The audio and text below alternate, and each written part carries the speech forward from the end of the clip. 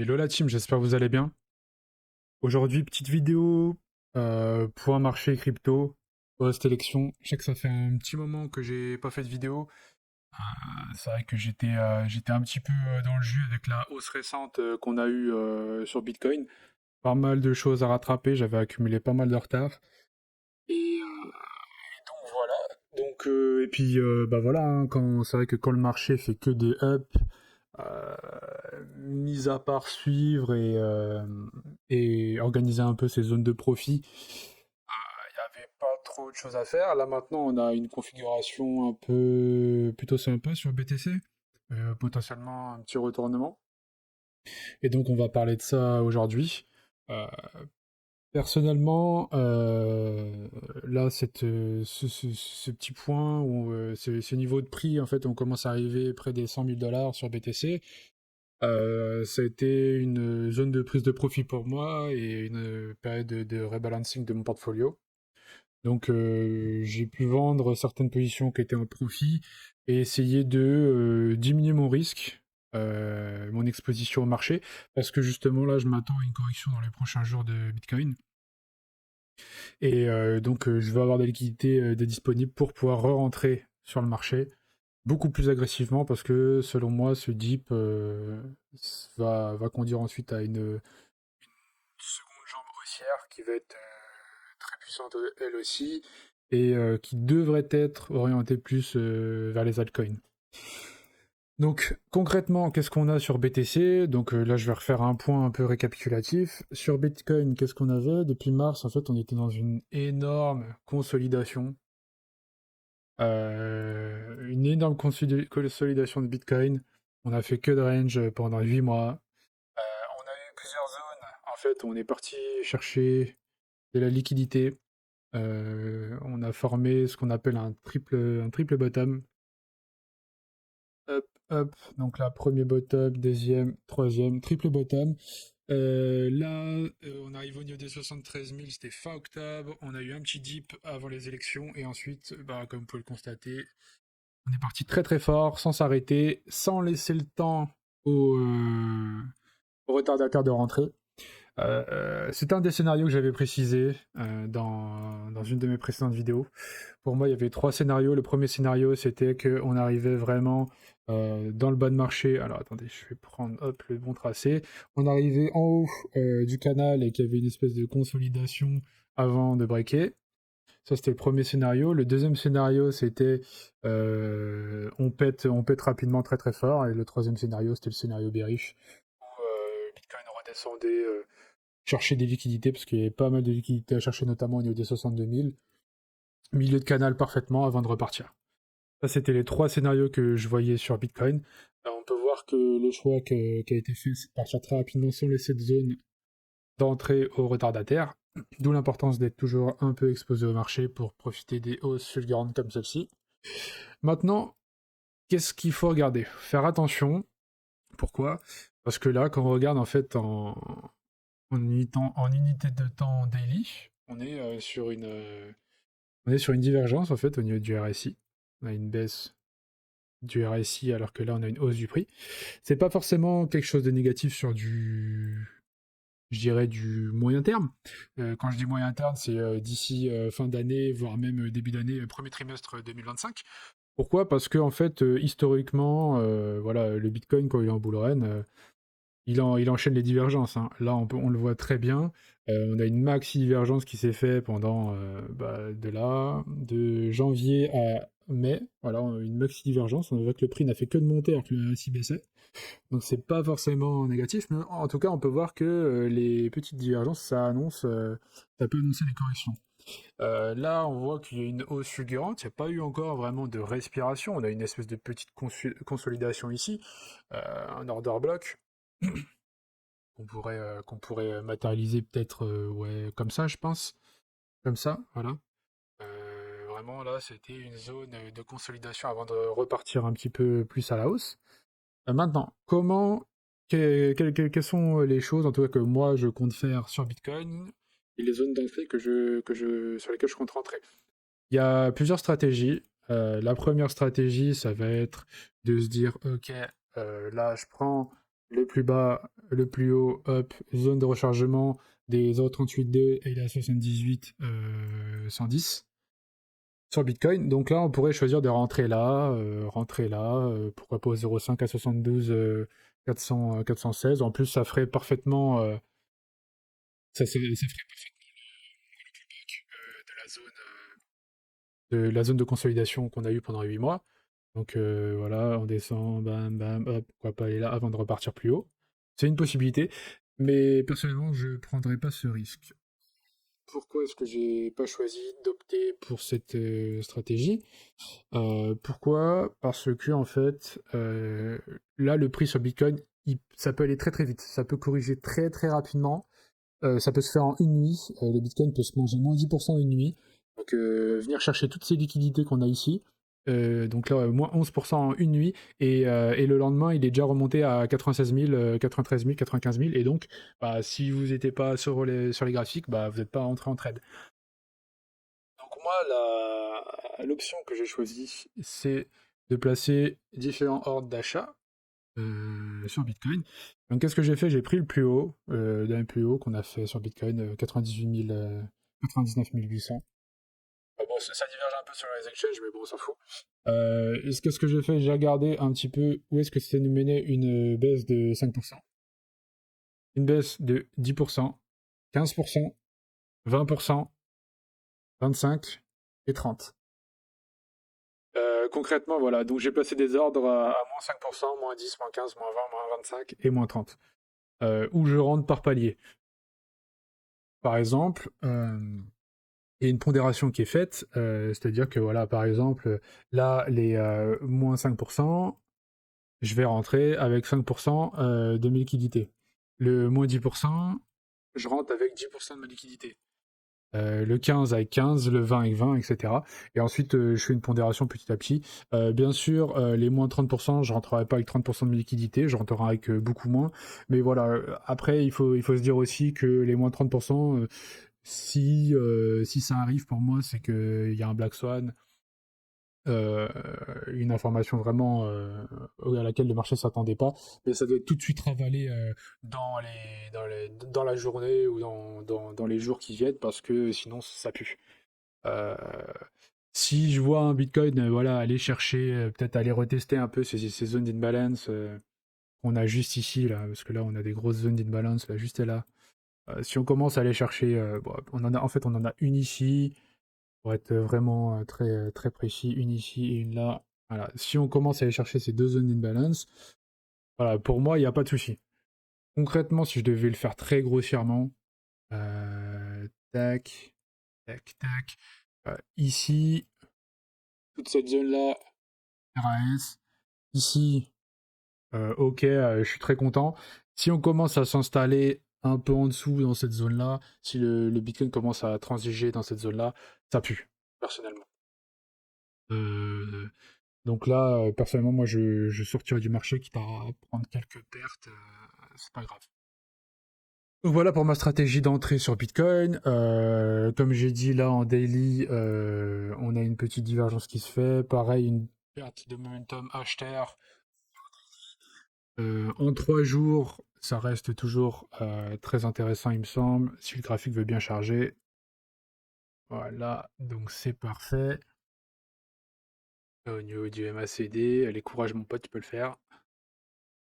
Supprimer les dessins, voilà, c'est toujours très très bon. Et en weekly, c'est encore plus pertinent. Je vous rappelais juste que, voilà, dans mes dernières vidéos, hein, j'en avais parlé, dès qu'on avait cross les zéros, le niveau des zéros au niveau du MACD, vu qu'on avait vraiment transigé sous le niveau des zéros au niveau du MACD, donc en momentum vendeur, pendant plusieurs semaines, hein, de avril en fait, littéralement jusqu'à mi-octobre, bah, dès qu'on allait crosser zéro, il y avait de fortes chances que ça parte très vite. Et c'est vrai que c'est exactement ce qui s'est passé. Donc voilà pour les weekly. On commence à arriver au-dessus des 70 au niveau du RSI en weekly. Donc hausse de la volatilité, début de bull run. Voilà, comme on y est, hein, ça y est. Hein. Donc maintenant, il n'y a plus qu'à espérer de se positionner sur les bons coins, de pas trop se surexposer au marché parce qu'on n'est pas à l'abri d'une correction très, très importante. Je rappelle qu'une baisse de 10% sur Bitcoin, c'est du moins 20, moins 30% sur les ALT facilement. Surtout quand on regarde la tête de la BTC dominance. Hein. Bon, là, elle était montée au niveau de 61% les semaines passées. Là, on est en train de descendre et c'est pour ça que les altcoins sont en train de prendre un peu plus de jus. Hein, c'est parce qu'il y a une rotation des capitaux qui se fait. De Bitcoin jusque dans les altcoins. Bon, vous connaissez la musique, hein, ça se déverse tout d'abord dans les altcoins à plus grande capitalisation. Et ensuite, ça va aller dans les plus petites capitalisations petit à petit. En tout cas, très bullish hein, de voir une baisse de la BTC dominance. On peut voir que généralement, à chaque fois qu'il y a un retournement de la BTC dominance, c'est annonciateur de surperformance, très haute performance sur les altcoins.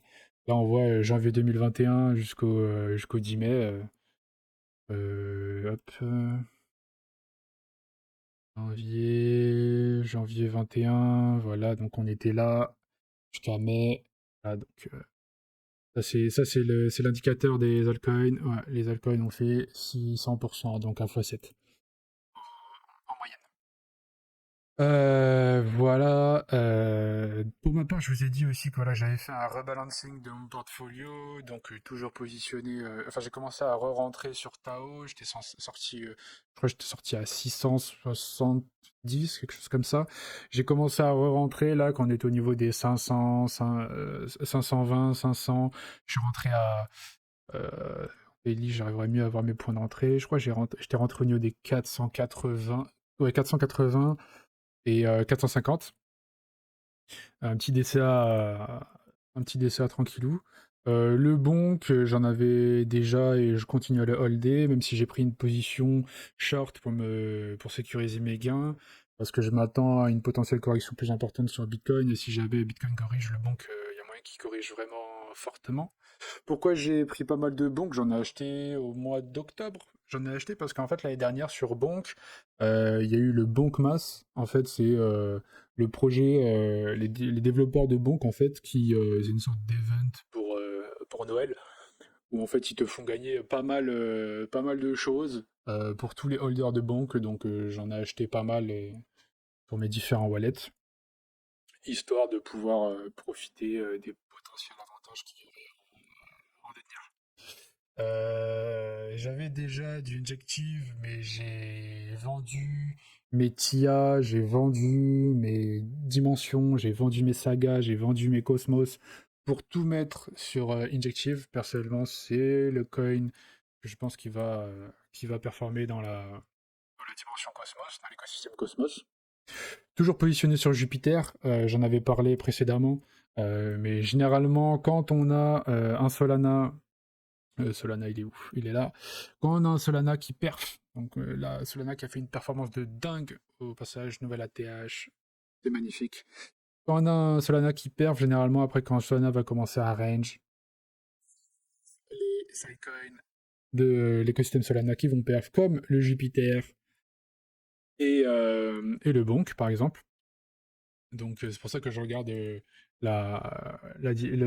comment dire, la comparaison Bonk to Solana ou Jupiter to Solana. Moi personnellement, je voyais que depuis un certain moment, Jupiter il restait dans ce range. Enfin, Jupiter face à Sol restait dans ce range, donc j'avais pas mal accumulé. Quand je l'ai vu casser à la baisse, bah, où est-ce que on aurait pu trouver une zone d'achat sympa? Bah, dans cette zone justement. J'avais repéré cet order block, je l'avais tracé et voilà, j'ai même pas vu qu'il était arrivé dans cette zone.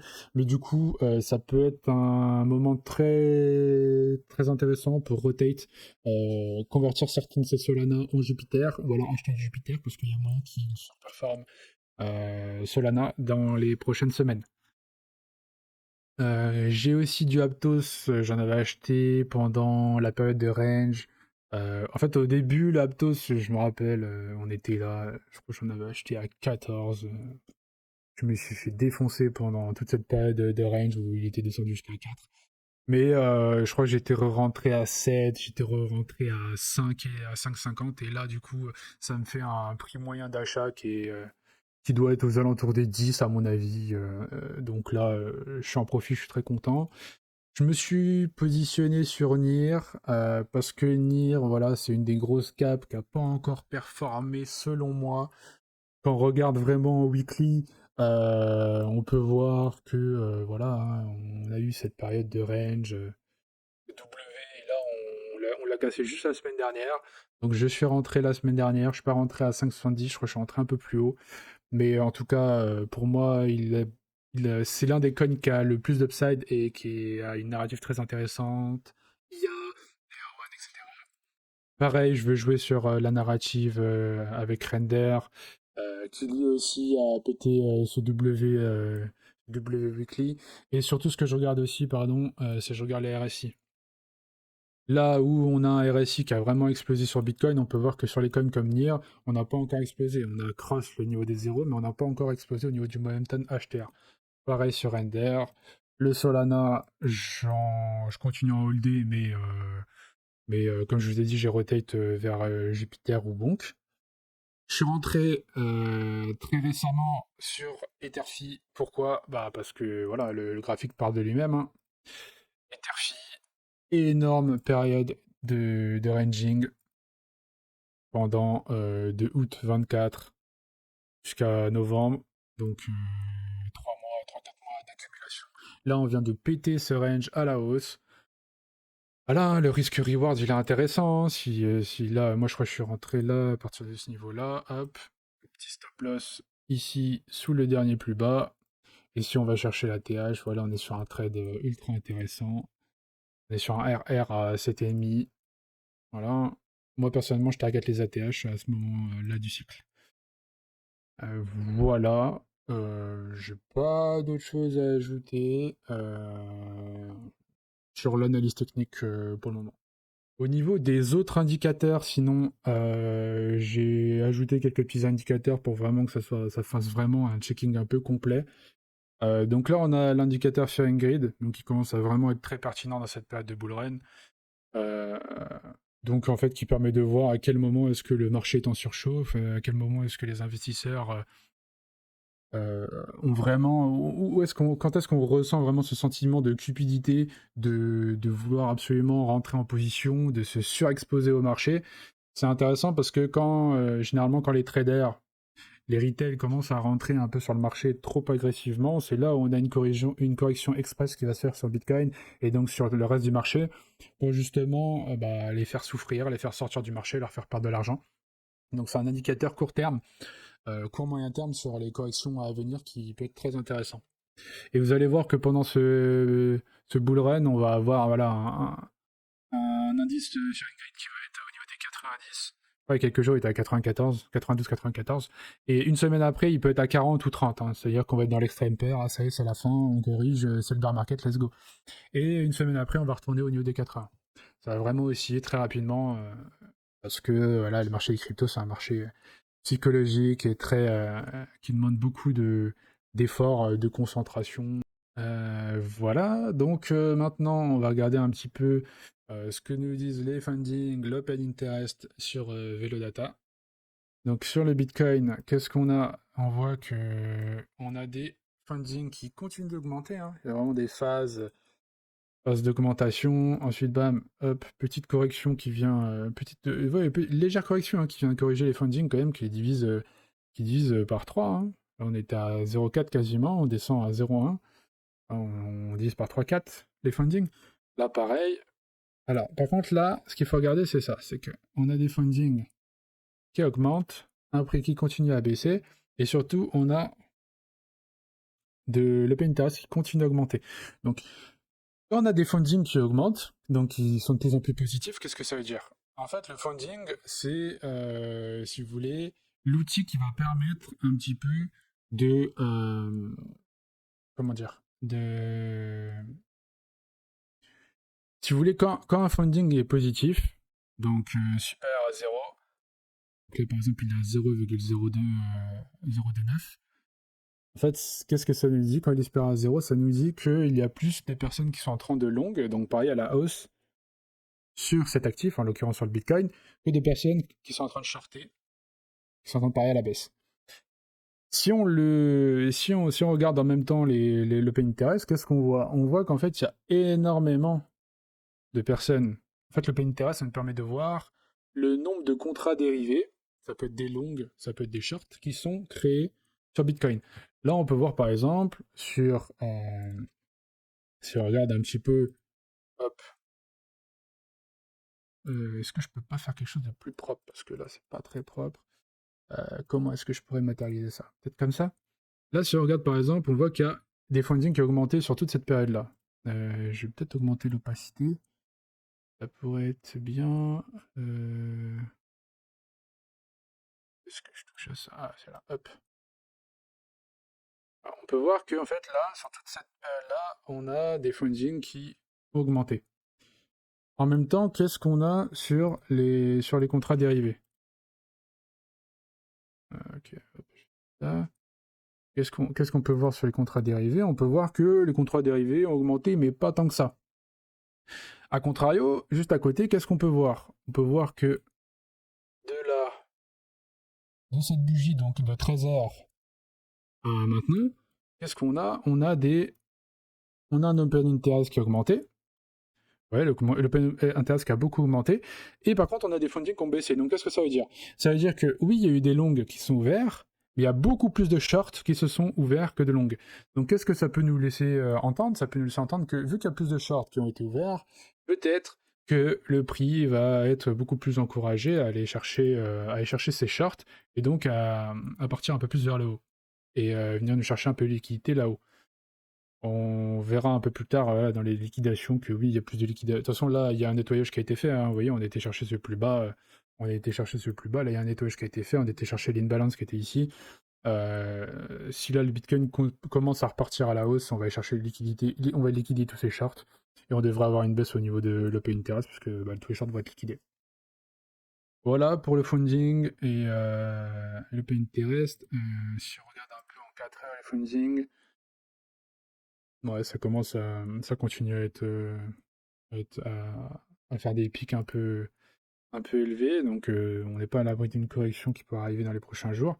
Je rappelle quand même, voilà, hein, il y a quelques semaines, il y a quelques jours, quelques semaines, je vous disais, voilà, on était quasiment à plat, on était à 0,01 alors qu'on était monté à 0,7-8 au niveau, quand on était en mars, février-mars, là où c'était vraiment l'euphorie, avant qu'on trouve le top à 72 000, 73 000. Là, autant, on peut pas vraiment dire la même chose. On voit que les fundings ont pas mal augmenté, donc on pourrait s'attendre à une correction des marchés dans les jours à venir. Donc il faut rester attentif. Euh, D'ailleurs, ça, je suis un con, mais si je fais en dollars, en fait, ça va être totalement différent. Vous voyez là, le Pinterest qui a vraiment explosé à la hausse. Enfin bon. Au niveau des liquidations, donc quand on regarde les liquidations, qu'est-ce que ça donne? Liquidation 48 heures. On voit qu'on avait vraiment eu une prise de liquidité, parce que là, à ce niveau-là, il y avait pas mal de liquidations. Il y a un autre niveau qui s'est créé un peu plus bas, juste en dessous. Donc ça, c'est les personnes qui ont attendu que le prix se reverse pour rentrer. Est-ce qu'on va aller les chercher? Peut-être. On voit quand même qu'il y a beaucoup plus d'intérêt au nord, hein. Il y a énormément de millions à aller chercher au nord. Au-dessus des 99 000, 99 350. Le prix du Bitcoin, en tout cas, historiquement, ce que je sais, c'est que généralement, le Bitcoin, ce qu'il aime bien faire, ce genre de configuration, c'est que voilà, on va avoir vraiment une mèche de capitulation importante. Je vais mettre en 15 minutes, ça va être plus visible. Là, on va avoir directement le prix qui ravale la baisse avec une bougie haussière très importante. Mais en fait, la hausse a été tellement fulgurante qu'on a laissé plein d'ordres en fait dans cette mèche-là. Donc ça ne m'étonnerait pas que le prix redescende un peu dans cette mèche-là. Et c'est là qu'il faudra constater. Est-ce que le prix part à la hausse ou est-ce qu'il va chercher un nouveau plus bas? À voir comment va se comporter le RSI, le MACD, le RSI. Mais voilà, en tout cas, en termes de trade, si jamais vous voulez le jouer, le trade le plus intéressant qui semble qui serait le plus intéressant de jouer, ce serait vraiment se mettre en low time frame 5 minutes, rentrer un peu, comme je l'ai dit, dans cette zone-là, sur cette mèche. Vous mettez votre petit stop loss juste en dessous du plus bas, et là, vous allez targeter l'ensuite. Le TP1, vous pouvez les mettre un peu plus bas. Vous regardez par exemple, vu que là le risque de se faire, enfin le risque reward est intéressant. Vous avez juste besoin, voilà, par exemple, vous regardez un peu l'imbalance qu'il y a ici. Hop, là, vous cherchez la médiane de l'imbalance, elle est à peu près ici au niveau des 97 000. Ah, ça tombe bien, c'est un chiffre. Bon, bah voilà, là, vous rentrez en position. TP1, 97 000. TP2, sommet à 99 000. Sachant que, comme on l'a vu précédemment, on a des liquidations à 99 250, 99 350 qui nous attendent. Donc voilà ce que je voulais vous montrer aussi sur les liquidations. On peut voir qu'il y a énormément de leviers x100 au niveau des 96 500, donc au nord, à venir liquider. Donc voilà, pourquoi pas un Bitcoin qui irait au moins jusqu'à 97 000. Tiens, bizarre, c'est pile poil la zone qu'on a identifiée. Juste liquider, pardon, c'est le levier x100 pour leur faire comprendre bah, que c'est pas comme ça la vie et que ça fonctionne pas. Et ensuite, pourquoi pas repartir à la baisse ou je sais pas, mais voilà. Ok, au niveau des funding rates, un peu de toutes, BTC, TH, après toutes les large cap altcoins, j'ai mis le niveau d'appréciation au niveau des 100 pour que ce soit visible, parce que voilà, si je mets tout au max, bah oui, c'est pas très parlant, et si je mets à zéro, bah là, on a l'impression que c'est orange, donc du coup, il faut faire attention, hein. Quand c'est orange, ça veut dire que les funding rates sont très élevés. Et donc, on a vraiment des gens qui s'exposent à fond sur les dérivés, donc on pourrait avoir un nettoyage de marché assez important. Si on le compare à la période d'euphorie qu'on a eue en février-mars, on voit qu'on n'est pas du tout dans la même dimension, mais que ça commence quand même vachement à devenir orange, comparé à cette période où on était plutôt avec des funding rates très très bas. Mais voilà, si on le place, on va dire au niveau des 100, descend, donc c'est un niveau intéressant. Ça commence à devenir un peu rangé, surtout sur les meme coins, Popcat, GOT, WIF, il y a Pinet, etc. Mais qu'on est quand même très loin des niveaux qu'on avait pu constater en février-mars. Au niveau de l'analyse on-chain, donc on a la supply des long-term holders qui continue de baisser. Donc on a vu que historiquement, quand on a une supply qui continue de baisser, c'est qu'en fait les holders long terme commencent à vendre leur Bitcoin et généralement c'est significatif de hausse, hein, historiquement sur le Bitcoin, hein. En octobre 2020 jusqu'en mars 2021, on voit qu'il y a eu une baisse de la supply importante des long-term holders et qu'est-ce qu'on a eu? On a eu un rallye phénoménal de décembre 23 à avril 2024, on a eu cette hausse sur le Bitcoin. Et là, on est en train de checker exactement la même chose. Qu'est-ce qu'on peut regarder? On peut regarder aussi le SOPR des long-term holders, qui n'est pas très parlant. Donc, on va aller voir plutôt le SOPR global, donc des long-term holders et des holders court terme. Donc qui continue à augmenter, donc ça veut dire qu'il y a quand même une prise de profit qui est en train de se faire assez importante sur Bitcoin. Est-ce que ça veut dire que c'est la fin du bull run et qu'on va pas aller plus haut? Non. Si on regarde un peu historiquement, on peut voir que généralement, les périodes de bull run, il y a plusieurs pics qui se font, pic correction, pic correction. Il y a plusieurs zones de profit en fait qui se font. En fait, dès que le marché commence à être un peu trop euphorique, en fait, tous les holders long terme qui ont accumulé pendant tout le bear market, ils commencent un peu à vider leur bague, forcément. Donc là, il y a plusieurs pics, un qui se fait là, là, là, etc. Donc là, on a eu un premier en mars, on a eu un deuxième en mai quand le Bitcoin était retourné à peu près au niveau des 70 000. Là, on en a un nouveau. Voilà. C'est une période où le Bitcoin pourrait prendre. C'est une zone de prise de profit. De toute façon, on commence à approcher des 100 000 dollars. C'est un niveau psychologique. Donc, forcément, c'est une zone de prise de profit. Voilà. Sur les news échos de la semaine, qu'est-ce qu'on a d'intéressant? On a les US, mais mercredi, le PCE Core, l'indice des prix à la consommation des ménages à checker. On a le PIB à checker aussi pour les US. Les inscriptions hebdomadaires au chômage, tout ça c'est intéressant. On a un petit FOMC jeudi. Moi, la prochaine échéance que j'attends au niveau du calendrier économique, c'est la prochaine réunion de la Fed. Il me semble que la prochaine réunion. Ta, ta, ta, ta, ta. Je sais plus où est-ce qu'on peut checker sa calendar. Ok. Je crois que c'était en décembre. Je crois que c'était vers ces vers-là. Je crois que c'est le 9 décembre. Début décembre, qu'on va avoir une réunion de la Fed pour savoir est-ce qu'ils baissent, est-ce qu'ils augmentent les taux.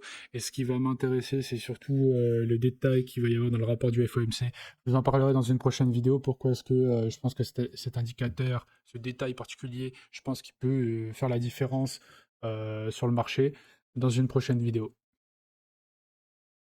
Au niveau de l'inflation, donc avec Trueflations, on a une inflation qui semble avoir trouvé son top à 2,84. Donc là, on est en train de descendre progressivement, c'est super bien parce que voilà, quand on avait une inflation qui passait de 1% pour aller jusqu'à quasiment 3%, alors que la Fed commençait à baisser ses taux, bah en fait ça pouvait prédire un potentiel ralentissement de la baisse des taux.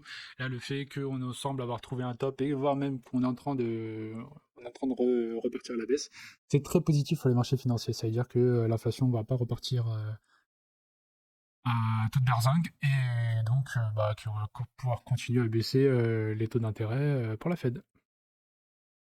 Voilà, voilà. Au niveau de l'actualité, je me permets d'aller sur Code Academy et reprendre un peu leur résumé de l'actualité de la semaine du 18 novembre. Donc, qu'est-ce qu'on a? On a Cantos qui lance les stablecoins USDQ et EuroQ conforme à Mika. Ok, bah super. Super. Conforme à Mika, c'est génial. Mais de toute façon, pour moi, les stablecoins les plus sécures, ça va rester USDC et ensuite l'USDT. Goldman Sachs qui est vers la création d'une entité indépendante dédiée aux actifs numériques. Donc voilà, comme JP Morgan, Goldman Sachs, en fait, ils vont développer de plus en plus la tokenisation d'actifs réels, donc les real world assets. Donc normal qui crée une espèce de filiale qui va plus être orientée là-dessus. Le BFUSD de Binance, donc leur nouveau stablecoin, nouveau produit qui devrait générer 19,55% de rendement annuel passif. Perso, moi je suis un peu traumatisé de l'UST, UST de Terra Luna. Une des grosses, pour ceux qui n'étaient pas là, Terra en fait c'était une crypto, un projet qui pesait je crois 40 milliards. Et les gars en fait ils ont créé leur stablecoin algorithmique. Et le stablecoin il a été... je ne pourrais même pas dire. En gros, le mécanisme du stablecoin était pas très sécure. En tout cas, il a été utilisé par des gros pour ruiner le projet. Et bref, Luna, ça a été à zéro. Donc un projet qui passe de 40 milliards à zéro dollars, ça fait très très mal. Et en fait, Terra, avec leur UST, proposait aussi un rendement de 20%. Donc même si c'est Binance qui back derrière, que Binance c'est énorme et qu'ils ont des grosses réserves, je crois que c'est l'échangeur centralisé qui a le plus de réserves au monde. Personnellement, je ne mettrais pas mes sous là-dedans. C'est attirant d'avoir du 20% annualisé, mais je préfère rester sur du secure. J'ai vu qu'il y avait le wallet Coinbase qui allait proposer, en fait, voilà, vous avez votre wallet, vous mettez 10K dessus, vous avez 10 000 euros dessus. Si vous investissez sur des cryptos, bah, vous avez vos cryptos en portefeuille, mais pour tous les stablecoins que vous avez sur votre wallet, mais que vous n'utilisez pas parce que bah, vous n'avez pas acheté de crypto encore, en fait, que vous le vouliez, enfin, sans que vous ayez besoin de bloquer ces stablecoins, vos stablecoins vont générer des revenus passifs. Je crois que c'était, bah, en fait, ça va être le taux d'une obligation 10 ans américaine. Donc là, actuellement, je crois que c'est à 4,3%. Donc sans rien faire, vous êtes 4,3% de, de rendement annualisé. Donc bénéf. Moi, personnellement, je préférerais placer ça sur Coinbase. Au moins, je sais que c'est backé par une obligation américaine, que Coinbase et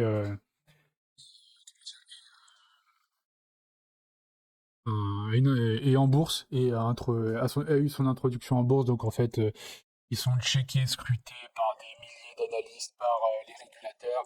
Bon, même si ça va pas empêcher FTX de passer au travers des régulateurs, mais en tout cas, beaucoup plus. En tout cas, Coinbase est beaucoup plus transparent que Binance, et donc c'est pour ça que je préférais mettre mes thunes dans le wallet de Coinbase pour le moment, même si à 20% c'est super, hein, surtout quand c'est backé par Binance. Enfin bref.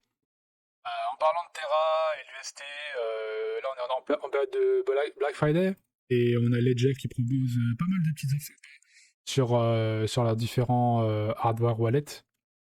Donc on a notamment la Nano X et Nano S avec 40% de réduction, Nano S plus couleur noire 25%, et leur nouveau produit qu'ils ont sorti, le Ledger Flex, donc celui avec l'écran tactile, où en fait dès que vous l'achetez, je crois que de mémoire il coûte 250 €, mais dès que vous l'achetez, une fois que vous l'avez configuré, vous pouvez réclamer 70 $ de BTC directement sur Ledger Live.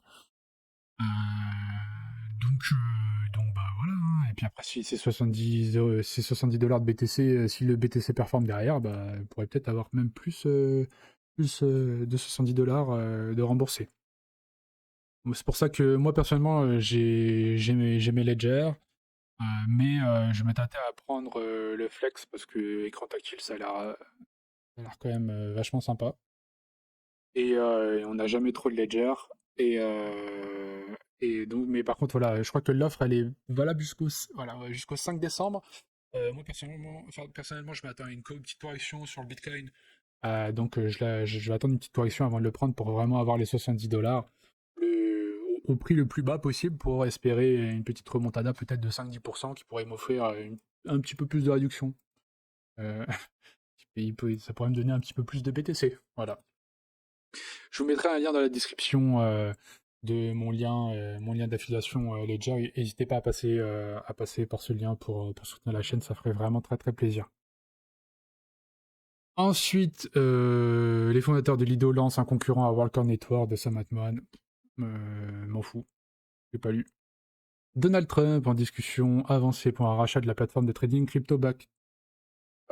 Donc voilà, écoutez, super bullish pour les cryptos, hein. Si Donald Trump commence même à investir le marché, l'écosystème crypto, bah voilà, hein, c'est super bullish pour l'écosystème. On voit il est en train de mettre en place une administration pro-Bitcoin, il est en train de mettre des personnes pro-Bitcoin à tous les postes clés de son administration, donc c'est super bullish pour les années à venir où il sera à la présidence américaine. Et notamment une des plus grosses réunions event que j'attends, c'est la rencontre de Brian Armstrong, le PDG de Coinbase, qui devrait normalement rencontrer Donald Trump pour parler un petit peu, voilà, comment réguler le marché, etc., etc. Très très positif. On a également Michael Saylor, le PDG de MicroStrategy. Donc je crois qu'il a acheté d'ailleurs là sur la dernière semaine 12 milliards de Bitcoin.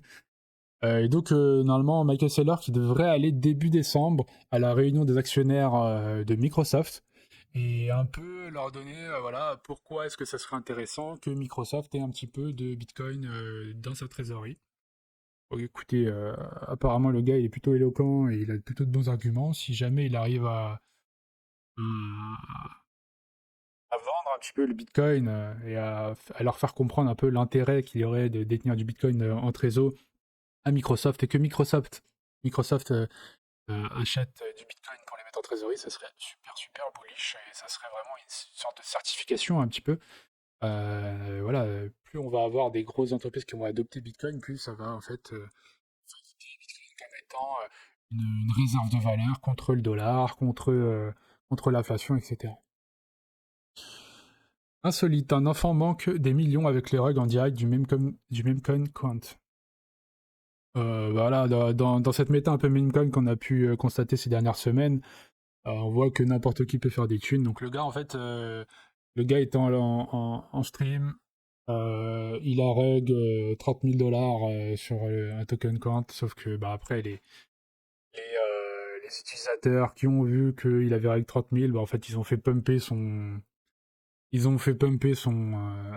le token, et en fait, le gars, il est passé à côté de 4 millions de dollars si jamais il avait pas reg. Mais bon, ça serait jamais monté s'il l'avait pas fait. Enfin, bref. On est vraiment dans cette méta un petit peu meme coin. D'ailleurs, pas mal de. Je commence à avoir pas mal de TikTok, notamment avec le Chill Guy sur TikTok. Sur TikTok, Chill Guy, donc un meme coin. Je commence à avoir pas mal de vidéos de Chill Guy, de Bonk, de Bull, etc. Token Bull. Me faites pas dire ce que je n'ai pas dit. Qui commence à arriver sur TikTok et donc pour la mass adoption, c'est quelque chose qui peut être très très très très très fort.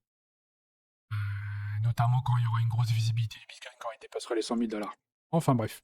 Et puis voilà, la plus grosse actualité de la semaine, Gary Gensler, l'ex. Normalement, il s'en va le 20 janvier, donc c'est pas encore l'ex, mais le président de la SEC qui nous a cassé pendant des mois, pendant des années, sur la réglementation Bitcoin. Donc il faut rappeler que ce mec-là a tapé sur toute l'industrie crypto pour des motifs qui n'étaient pas valables. Ça a été prouvé juridiquement. Et quasiment la seule entité crypto qui l'a validé, c'était FTX. Et FTX a rug tous ses utilisateurs en utilisant leurs fonds pour parier, spéculer sur les marchés. Bref. Ce mec-là, voilà, est-ce que j'ai besoin d'en dire plus? Voilà. C'est un clown. Le gars est clownesque. Donc vivement qu'on ait un remplaçant. Après, on sait ce qu'on perd, on sait pas ce qu'on retrouve, mais il me semble que Donald Trump veut mettre une personne pro-crypto. Je me rappelle plus du nom, peut-être que c'est précisé dans là, non. Il me semble que c'est une dame pro-crypto. Et on va voir ce que ça donne. Mais en tout cas, je vois pas comment on pourrait faire plus clownesque que cet homme. Anyway. Dernière petite information, avant-dernière, pardon. Le CBOE lance les premières options indicielles réglées en espèces liées aux ETF Bitcoin. Le CBOE, je sais plus ce que c'est quoi exactement la traduction. En gros, c'est un exchange américain. On a le CME, c'est Chicago Mercantile Exchange, le CBOE, je sais plus ce que c'est. Je l'ai pas là sous les yeux. Mais en tout cas, voilà, le trading option qui arrive sur les ETF Beacon Spot à Wall Street. Chicago Board Option Exchange, voilà. C'est le exchange d'options à Chicago. Donc, qui arrive sur les marchés traditionnels. Donc, pour l'adoption, c'est parfait, c'est excellent. D'ailleurs, ça me fait penser à quelque chose qui n'a rien à voir.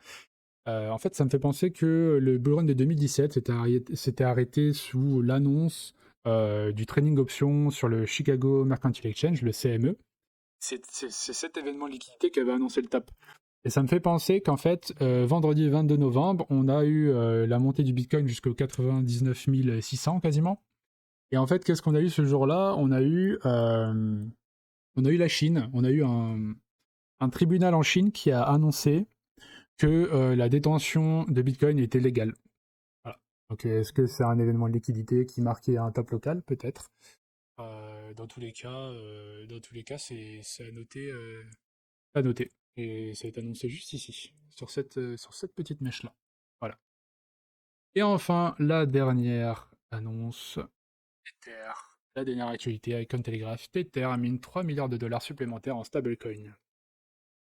Et oui, c'est ici que vous l'avez vu. Hein. Où est-ce que c'est ça? Où est-ce que je l'ai mis? Ah là, hop, je vais le mettre là. C'est un indicateur important. Ah là. Qu'est-ce qu'il fallait surveiller quand on était en octobre? Qu'est-ce que je vous disais de surveiller quand on était en octobre? Je vous disais de surveiller l'impression de Tether. Donc on était en octobre, on va dire là, mi-octobre. On était là, à 120 milliards. Et qu'est-ce qu'a fait Tether? Tether, il a imprimé 10 milliards, 12 milliards. Tether a imprimé 12 milliards en un mois. En un mois de temps, on a imprimé 12 milliards de Tether. Il y a 12 milliards de dollars qui sont rentrés sur le marché des crypto-monnaies. Qu'est-ce qu'a fait l'USDT dominance, comme je l'avais identifié dans les précédentes vidéos? On a eu cette période de ranging vraiment, canal ascendant, qui est une figure de retournement. Dans le cas, c'est ultra bullish pour les cryptos. On l'a eu le break à la baisse et on a eu ce rebond pile poil sur cette borne basse du canal. On l'a eu 2 fois, on l'avait vu en vidéo. Et dès qu'on a retourné, on voit que c'est parti très rapidement. Et là, on commence à arriver dans des zones, les anciens plus bas de Mars, en fait les niveaux où on a trouvé le top local sur Mars. Donc c'est une zone très importante de prise de profit. Qu'est-ce qu'on pourrait voir dans les prochains jours? D'ailleurs, sur ce point, c'est potentiellement une remontée un peu graduelle de l'USDT dominance pour aller chercher beaucoup plus bas, mais cette fois aller chercher des niveaux où on avait eu des prises de profit au dernier bull run. On peut voir qu'au dernier bull run, février 21, l'USDT dominance était descendu à 2%, 2,50. Donc moi je vois bien, pourquoi pas, soit une consolidation, soit peut-être un petit rebond, mais en tout cas les targets intéressantes pour moi ce sera 2,50 et 2%. Tout ce qui sera dans cette zone-là, je pense que c'est un profit qu'il faudra prendre petit à petit en DCA. On voit que ça c'est pas pertinent de prendre des profits directement. Je pense que c'est plus pertinent de le faire en DCA parce qu'on voit que là, voilà, ça a duré un petit moment là dans cette boîte. On a eu voilà 124 jours. On a eu 4 mois. 4 mois où l'USDT dominant s'est resté super bas. Et ensuite là, on a eu la correction de mai. Et donc là, c'était quasiment la fin du marché crypto. La fin du bull market. Pardon. Donc voilà, voilà. On reviendra dans des prochaines vidéos. De toute façon, vous inquiétez pas. Au passage, je viens de voir un petit truc intéressant. Supprimer les dessins. Hop. Là, on est en daily et qu'est-ce qu'on voit? On voit une petite divergence. Et on voit que les divergences sont pertinentes hein, sur l'USDT dominance. On a voilà, une petite divergence qui est en train de se faire, donc pourquoi pas un petit retournement qui pourrait se faire tranquillou bilou. Voilà, voilà, c'était tout pour cette vidéo. J'ai essayé de faire un point complet un peu sur le marché. Je vous souhaite une très bonne fin de journée, une très bonne semaine de trading, et je vous dis à la prochaine. Ciao, ciao les gars!